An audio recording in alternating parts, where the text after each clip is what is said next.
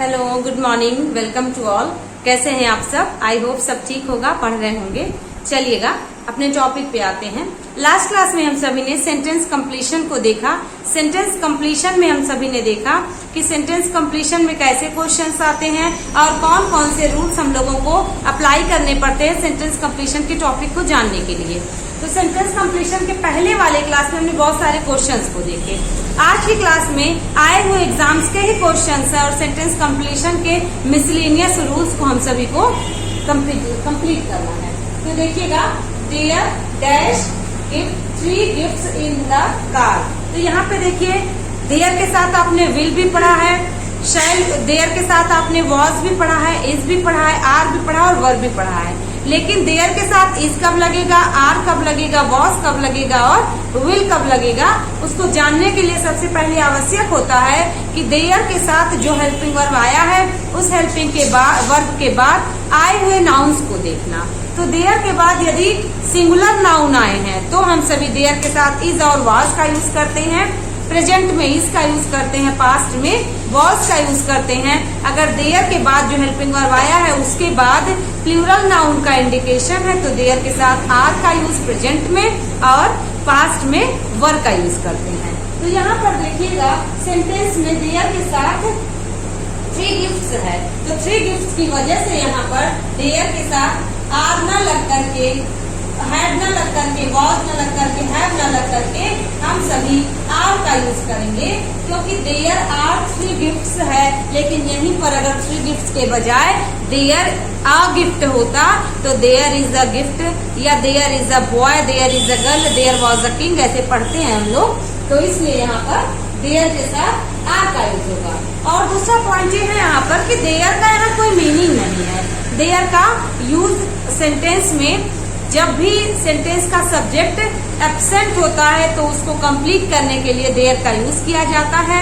और देयर जब एडवर्ब की तरह यूज होता है तो उसका मीनिंग वहां देता है और एडवर्ब ऑफ प्लेस की तरह देयर का यूज किया जाता है। ओके, तो आई होप यहाँ तक कंफर्म हुआ होगा। यहाँ पर आर ही होगा। अगला सेंटेंस है, he is junior dash me. तो he is junior dash me में आपने पढ़ा था, हमने आपको पिछले क्लास में बताया था कि देयर यहाँ पर जूनियर हो गया, इंफीरियर हो गया, सुपीरियर हो गया, प्रियर हो गया, प्रिफर हो गया और प्रिफरेबल हो गया। कुछ ऐसे वर्ब्स होते हैं जो कंपैरेटिव डिग्री में तो यूज किए जाते हैं, लेकिन यहाँ पर इनके साथ दैन का प्रयोग नहीं किया जाता। तुलना के लिए इनके साथ हमेशा टू का प्रयोग किया जाता है। इसलिए यहाँ पर हम लोग जूनियर, सीनियर, सुपीरियर के साथ टू का यूज करेंगे, ना कि हम सभी यहाँ पर दैन का यूज करेंगे। तो इसलिए यहाँ पर टू का यूज हो जाएगा, क्योंकि आपको बताया गया है junior, prefer, superior, senior, preferable, ऐसे कुछ वर्ड हैं जिनके साथ हम सभी को कंपैरेटिव डिग्री में तुलना के लिए दैन का प्रयोग ना करके उनके साथ हम सभी को टू का यूज करना है और टू के साथ हमेशा ऑब्जेक्टिव केस लाना है, सब्जेक्टिव केस को स्किप कर देना है। ठीक है, तो 2 तरीके से क्वेश्चन इसमें बन सकते हैं। पहला कि जूनियर इन सभी के साथ टू का यूज किया जाए और दूसरा इनके साथ हमेशा ऑब्जेक्टिव केस का यूज किया जाता है, सब्जेक्टिव केस का यूज नहीं किया जाता। जैसे अगर सेंटेंस यहीं पर ऐसे लिखा होता, he is junior than I, he is junior to I, he is junior than me या he is junior than me। यहाँ पर जूनियर लास्ट ऑप्शन और बोल देता which one of the correct. तो यहाँ पे आपको क्या कर देना पड़ता, दैन के साथ आई का प्रयोग होगा, ये तो सही है, लेकिन जूनियर के साथ दैन का प्रयोग गलत है। जूनियर के साथ टू का यूज तो होगा, लेकिन ऑब्जेक्टिव केस के प्रोनाउन आने चाहिए। यहाँ पर सब्जेक्टिव केस का प्रोनाउन आया है। जूनियर के साथ दैन का प्रयोग हो नहीं सकता, ऑब्जेक्टिव केस का प्रयोग होगा, वो तो सही है। जुड़ने के साथ टू का प्रयोग होगा, टू के साथ ऑब्जेक्टिव केस। इस तरीके से हम सभी का fourth option will be correct answer. तो आपको दो सब तरीके से सोचना होगा एक पॉइंट को कंप्लीट करने के लिए, कहाँ पर कौन से रूल को अप्लाई करना है। मिसलेनियस टॉपिक सेंटेंस कंप्लीशन में आता है। आगे देखेंगे, the police accused to the manager dash the money. तो यहाँ पे देखिए, आपने सुना होगा अक्यूज्ड ऑफ मर्डर होता है। अब मतलब होता है कि कौन यहाँ पर किस पर दोष लगा है, तो अक्यूज्ड मतलब दोषी होता है। तो यहाँ पर देखिए, the police accused to the manager, जब यहाँ पर पैसे की बात होती है ऑफ का प्रयोग होता है, पर्सन की बात होती है तो टू का प्रयोग होता है। तो यहाँ पर देखिएगा, accused of, accused about, accused for और अमिड। तो यहाँ पे देखिए, about the money, for the money, of the money, of the money. मतलब अक्यूज्ड ऑफ मतलब होता है कि किस चीज का दोषी होना। Accused of murder, accused of stolen, stealing, accused of the money, इस तरीके से यूज होता है।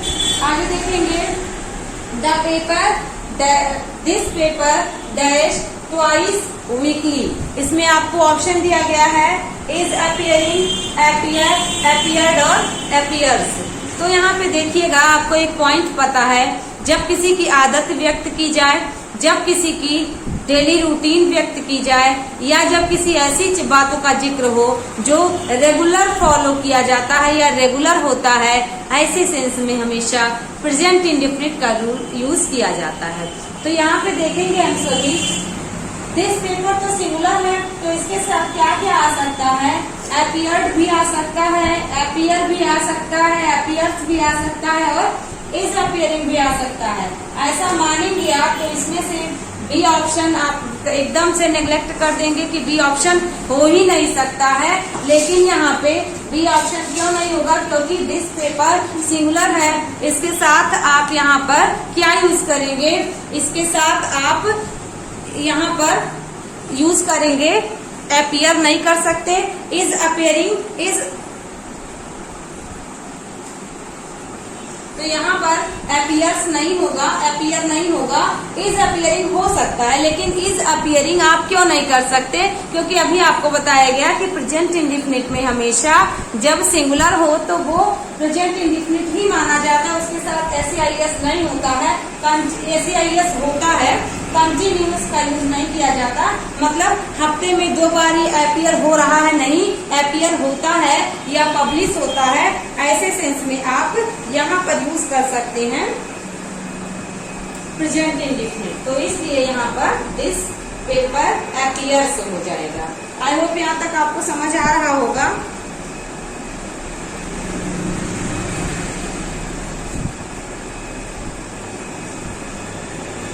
आगे सेंटेंस है, we dash dinner at the park hotel yesterday.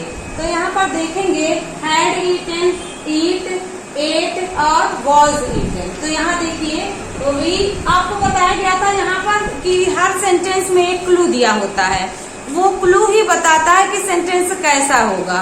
उस क्लू के जरिए हम लोग जान सकते हैं कि सेंटेंस में क्या होगा। तो आप देखिएगा, इसमें यस्टरडे दिया हुआ है। आपको बताया गया था कि अगर किसी सेंटेंस में यस्टरडे हो, पास्ट हो, एगो हो, बिफोर हो, लास्ट हो, इस तरीके की बातें होती हैं तो सेंटेंस हमेशा पास्ट इंडेफिनिट होता है, तो वर्ब का सेकेंड फॉर्म होता है। और इस सेंटेंस में आपको देखिए, we dash dinner at park hotel yesterday का जिक्र कर दिया है। तो जब यह यस्टरडे का जिक्र हो तो वहाँ पर आप सभी वर्ब का सेकेंड फॉर्म यूज करते हैं, इसलिए यहाँ हैड ईटन नहीं होगा, ईट नहीं होगा, वॉज ईटन नहीं होगा, एट सही होगा, eat, ate, eaten. Ate second form होता है ईट का। अब यहाँ पर देखिए, जब आप मीनिंग कंप्लीट करने लगेंगे, हैड ईटन भी सही है कि हाँ मैंने किया था, कर चुका था, ऐसा मीनिंग निकालेंगे। एट भी निकाल सकते हैं क्योंकि वी के साथ तो एट लग ही सकता है, ईट, और एट ही यहाँ सुटेबल होगा क्योंकि यस्टरडे वर्ड आया है। आगे देखिए, वॉज ईटन। वॉज ईटन मतलब हमें कराया गया, तो ऐसा यहाँ पैसिव वॉइस का जिक्र नहीं है, यहाँ सेंटेंस एक्टिव वॉइस में दिया गया है, इसलिए हम सभी थर्ड ऑप्शन करेक्ट मानेंगे।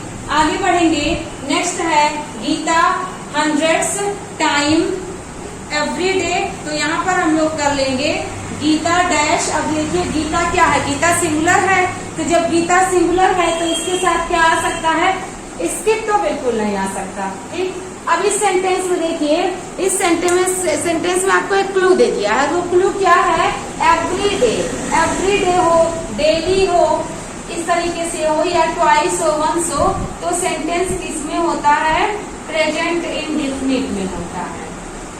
ठीक है ना। यदि ये सेंटेंस में दिया है तो सेंटेंस हमेशा प्रेजेंट इंडेफिनिट में होता है, तो स्किपिंग भी नहीं होगा, क्योंकि बिना हेल्पिंग वर्ब के आईएनजी नहीं आ सकता। वो तब आ सकता है जब आईएनजी जीरंड और पार्टिसिपल की तरह कार्य करे, इसलिए स्किपिंग भी नहीं होगा। स्किप्ड हो सकता था, लेकिन जब यहाँ एवरीडे नहीं होता। एवरीडे मतलब गीता 100 बार, 100 टाइम्स मतलब 100 बार स्किप करती है, यानी कि रस्सी कूद करती है एवरीडे, तो इसलिए यहाँ पर स्किप्ड भी नहीं होगा। एवरीडे आया है तो स्किप्स ही हो जाएगा। और ये सारे सेंटेंसेस एग्जाम में आए हुए हैं और ये सेंटेंस कंप्लीशन के टॉपिक हैं। आगे बढ़ेंगे, सॉन्ग्स डैश संग इन हिज मेमोरी। देखेंगे इज, वर, हैड और डिड। तो यहाँ पे सॉन्ग्स दिया है, प्लूरल सब्जेक्ट है, इसलिए यहाँ पर इज का यूज तो बिल्कुल नहीं हो सकता। हैड का यूज और वर का यूज हो सकता है, डिड का यूज भी नहीं हो सकता। क्यों नहीं हो सकता, क्योंकि डिड के बाद हमेशा वर्ब का फर्स्ट फॉर्म आता है, इसलिए यहाँ डिड का यूज नहीं होगा। या संग, सिंग, संग है ना, आपने देखा होगा संग थर्ड फॉर्म है। तो यहाँ पर अब देखिए वर के बाद संग आएगा, हैड के बाद संग आएगा, लेकिन यहाँ देखिए क्या है, गाना उसके द्वारा दिमाग में गुनगुनाया गया, गाया गया। तो यहाँ पर देखिए वह गाना गाया ऐसा तो नहीं लिखा है। यदि ऐसा लिखा होता तो आप इसको एक्टिव वॉइस मान के पास्ट परफेक्ट करते, लेकिन सॉन्ग्स किसी के द्वारा गाया गया, पैसिव वॉइस में लिखा है, कौन गाया ये स्किप कर दिया गया है, इसलिए यहाँ पर हैड का प्रयोग नहीं होगा। और आपने पैसिव वॉइस में पढ़ा है, हैड हो तो हैड बीन हो जाता है, डिड हो तो वॉज हो जाता है, डू डज हो तो वॉज वर, इसलिए यहाँ हैड बिल्कुल नहीं होगा। तो वर ही क्यों होगा, क्योंकि सॉन्ग्स प्लूरल है, वर इसके साथ आएगा और वर का थर्ड फॉर्म दिया है, मतलब क्या, उसके इन हिज मेमोरी मतलब उसकी याद में, है ना, उसकी याद में गाना गाया गया, तो गीत गाया गया। तो यहाँ पर गीत गाए गए प्लूरल है, वर करेक्ट है, और कौन गाया ये नहीं पता है, सेंटेंस पैसिव वॉइस में है। आगे बढ़ते हैं, ही dash sitting beside a river. आपको प्रीपोजिशन में बताया गया था बिसाइड और बिसाइड्स का यूज। बिसाइड मतलब होता है के बगल में, और बिसाइड्स मतलब होता है के अतिरिक्त, के अलावा। ठीक है, तो बिसाइड और बिसाइड्स की यहाँ कोई गलती नहीं है, लेकिन यदि अगर बिसाइड और बिसाइड्स ऑप्शन में दे, यहीं पर फिल इन द ब्लैंक्स बना दे, तो आपको समझना होगा कि यहाँ पर आपको सेंटेंस में बिसाइड होगा मतलब कि नदी के बगल, और बिसाइड्स मतलब अतिरिक्त होगा। तो जैसे कह दिया जाए पेन के अतिरिक्त मैंने पेंसिल खरीदा, तो I bought a pencil besides a pen. Besides मतलब के अतिरिक्त या के अलावा। यहाँ पर ही के साथ शैल फाइंड होगा, इज सा होगा, वॉज फाउंड होगा, इज फाइंडेड होगा। तो आप ऑप्शन में ही समझ सकते हैं कि यहाँ पर इज सा बिल्कुल नहीं होगा, इज फाइंड बिल्कुल नहीं होगा। और ऐसा क्यों हो रहा है, कौन सा रूल अप्लाई हो रहा है, समझिएगा। यहाँ पर देखिएगा, एक फाइंड वर्ड होता है, एक फाउंड वर्ड होता है, दूसरा फाउंडेड होता है। तो कब फाइंड का यूज करते हैं? फाइंड मतलब होता है खोजना, और फाउंड का मतलब होता है स्थापित करना, यानी कि टू एस्टैब्लिश समथिंग, किसी चीज की नींव डालना आप कह सकते हैं। तो देखेंगे जब खोजना की मीनिंग होती है, तो यहाँ पर फाइंड का मीनिंग खोजना के अर्थ में जब करते हैं, तो इसका सेकेंड फॉर्म फाउंड हो जाता है और थर्ड फॉर्म फाउंड हो जाता है। ठीक ना, सेकेंड फॉर्म और थर्ड फॉर्म सेम। लेकिन जब फाउंड वर्ड वर्ब की तरह आए और इसका मीनिंग को स्थापित करना या टू एस्टैब्लिश समथिंग, तो इसका ये में होता है सेकेंड फॉर्म फाउंडेड, फाउंडेड। ठीक है, इसका सेकेंड फॉर्म है। और ये थर्ड फॉर्म है। तो ये बहुत आपको एग्जाम में कंफ्यूज कर सकते हैं, तो zigzag नहीं होना है। ये वाला मीनिंग है खोजना वाला और ये मीनिंग है स्थापित करना। तो अब यहाँ पर आपने देखा, यहाँ पर आपने क्या देखा कि फाइंड, ये तो कोई वर्ड ही नहीं हुआ। फाइंड, ये वाला कोई वर्ड ही नहीं हुआ। FIND, फाइंड सही है। अब फाइंड ये वाला, इसका सेकेंड फॉर्म ये नहीं होगा। हाँ, ये फाइंड मतलब होता है कि फाइंड देना, तो यहाँ पे आप इसको फाइंड कर सकते थे, लेकिन यहाँ इसकी मीनिंग नहीं हो रही है। ठीक है, तो यहाँ पर देखिएगा फाइंडेड बिल्कुल गलत है इज के बाद, और इज के बाद हमेशा वाज के बाद या तो ING आ सकता है और या वर्ब का थर्ड फॉर्म आ सकता है। ऐसे सेंस में भी आप इज, सा और इज फाइंड को हम स्किप कर देंगे। करेक्ट क्या करेंगे, यहाँ देखिए ही के साथ शायद तब आता है जब कंपल्सरी, एकदम कंपल्सन डिटर्मिनेशन का यूज होता है, इसलिए भी नहीं होगा। वाज फाउंड हो जाएगा। इसका मतलब वाज फाउंड का मतलब उसे पाया गया। कहाँ पाया गया? नदी के किनारे बैठे हुए उसको पाया गया, यानी कि जब उसको देखा गया तो वह बैठा था। ठीक है, तो फाउंड हो जाएगा। फाइंड और फाउंड, इसका मीनिंग ये कंप्लीट है। ठीक है, तो इस तरीके से आपने देखा कि कैसे सेंटेंस कंप्लीशन के टॉपिक को बहुत इंपॉर्टेंट रूल्स के साथ 1 by 1 आप अप्लाई करेंगे तो करेक्ट हो जाएगा। आगे हम लोग कुछ और क्वेश्चंस को ऐसे देखते हैं।